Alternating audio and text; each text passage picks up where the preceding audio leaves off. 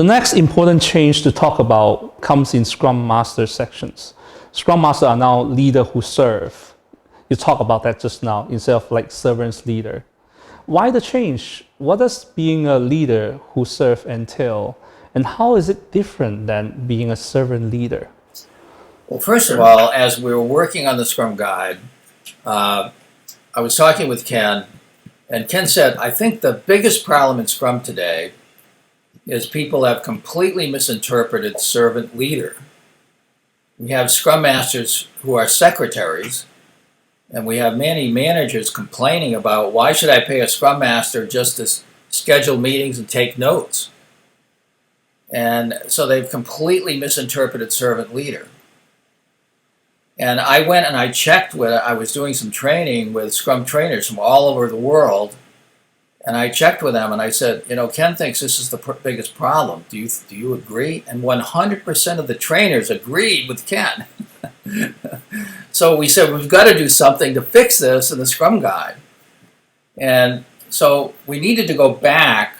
In my mind, I went back to the original work of Professor Takeuchi and Nanaka when they talk about Scrum. They are the people that came up with the name Scrum.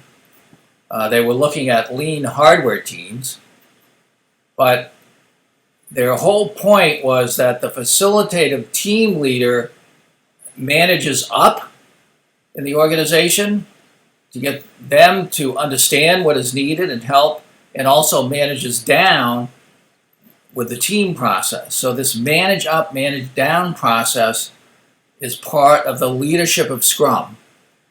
And the Scrum leader has to be able to do that. And also Scrum, if you look at rugby, the team captain is the Scrum Master. And these individuals are very powerful. They're people that the team will follow. They stand up for the team. They take blows for the team on the field. So these people are not servants in the sense that they don't lead. Okay, so leaders who serve gets the emphasis in a better way. And we're really working in the Scrum Master class, even with new people.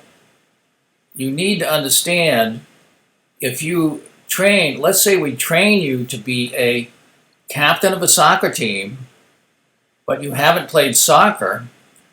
When you go out in the field, when you go back to work, you're going to have a lot of problems.